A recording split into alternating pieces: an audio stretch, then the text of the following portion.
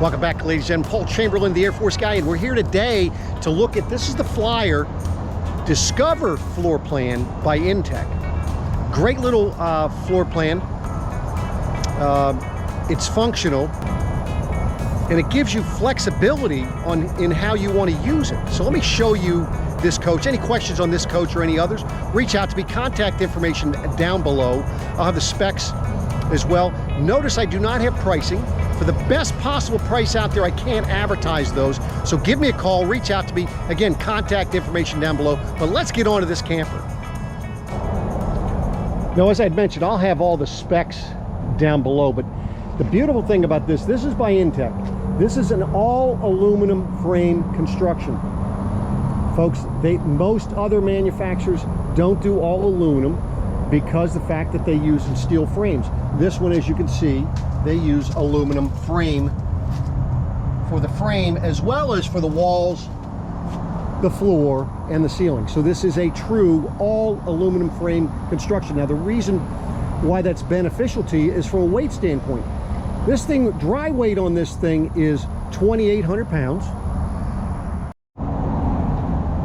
Now, on your front tongue here, you can see you have a little storage box here. It does come with its own water hose for you. Of course, the electrical hose. You can see your 20-pound LP bottle. Nice thing with 20-pound LP bottles is they're very easy in the case of emergency getting another one.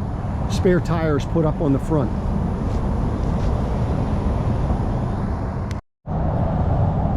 On your off-door side, of course, this is where your furnace is going to go ahead and blow. This is where you hook up your electric.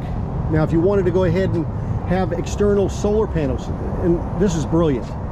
You know, you can put them on the roof if you want, but the problem with that is that you park in the shade, now they don't get sun. Plug in there, you can go ahead and park in the shade, and then just go ahead and put the solar panels out in the sun area. This is where you would hook up your fresh water or fill your freshwater tank right here. Gross vehicle weight rating is 2,800 pounds. So that means you have over 2,400 pounds of cargo carrying capacity. That is a lot. So remember, I mentioned it was 2,800 pounds dry weight. That's just a vent for the battery. And this is the second bed. And as you can see on the roof there, you have a rack up there. Now, that's not a walkable roof. If you want a walkable roof, you're going to need to step up to the Flyer Forge, which is right in front of us. But this one is not a walkable roof. But you can still put things up there.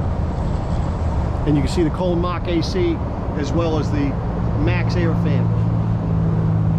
Not a lot of roof space to do things, but give you some ability. So, you know, if you have kayaks and things, you can put that up there.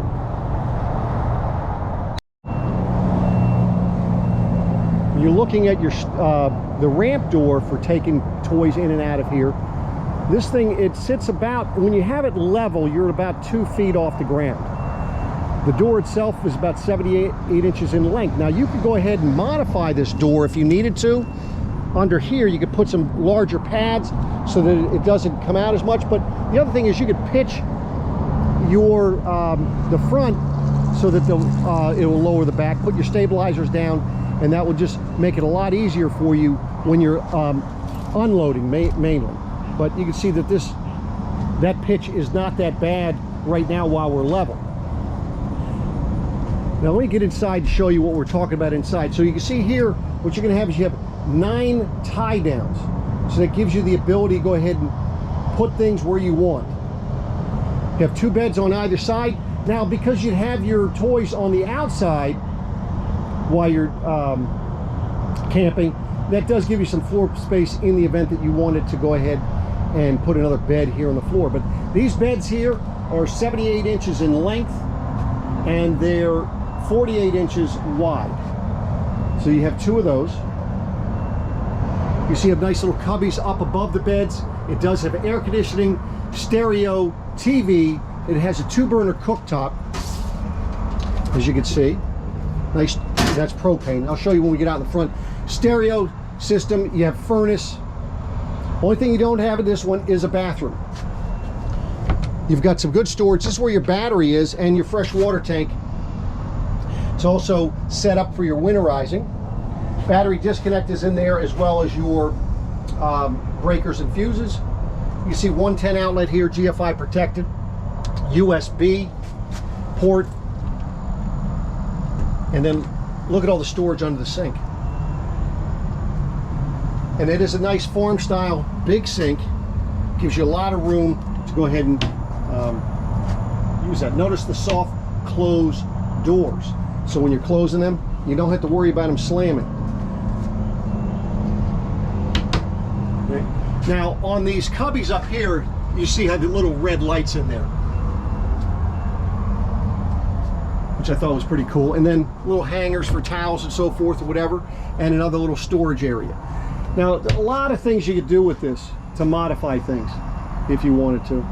It does have the power vent fan, so that way there if you're camping, maybe you're not plugged in, you just want to use the battery power, that fan, you can open up these windows in these beds and that will just draw the air right on through.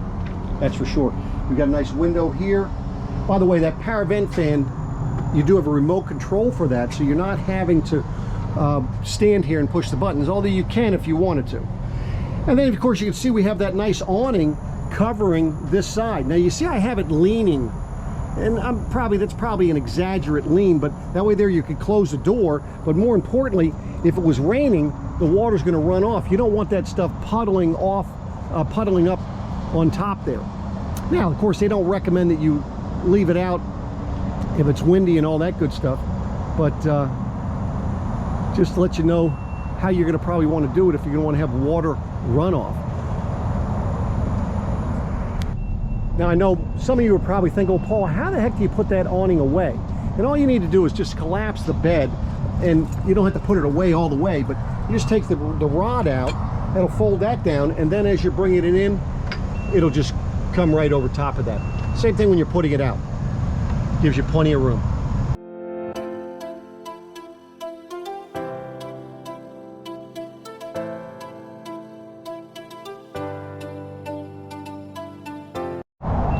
Now something I failed to point out earlier was you do have a 110 outlet on this side, and this is a vent. So what you're able to do is, you see how I have that set. I would not recommend that you have this thing set like that when you're driving down the road. You'd want to have it set the other way. Let me show you what I'm talking about. So instead of pushing that way, what you're going to do is push it this way, and this way here, as you're driving, the wind's coming across here, which will be pulling the air out. Now because you have that MaxxAir vent fan, you could, as you're driving down the road, if you wanted to, because as you're connected to your vehicle, you're going to be charging the battery. You could turn this fan on low, or high if you wish, and have that open, and what it'd be doing is it would pull an air right through there and taking it right out the roof. Or if you wanted to, you could just leave the cover up itself, as long as it's not raining, and then you'd be able to go ahead and have, you know, this place ventilated as you're driving down the road in the event that you needed it. Now I know you probably were thinking when I was outside, oh Paul, listen, what am I going to do as far as if I want to plug something in on this side? Well, they did think of that as well, and you do have 110 outlets there. So there you have it. This is the Flyer discovered by Intech. What are your thoughts? You liking it? You're not liking it? Like I say, it's not for everybody, but let me know in the comments, and I'll be back at you again soon. Take care.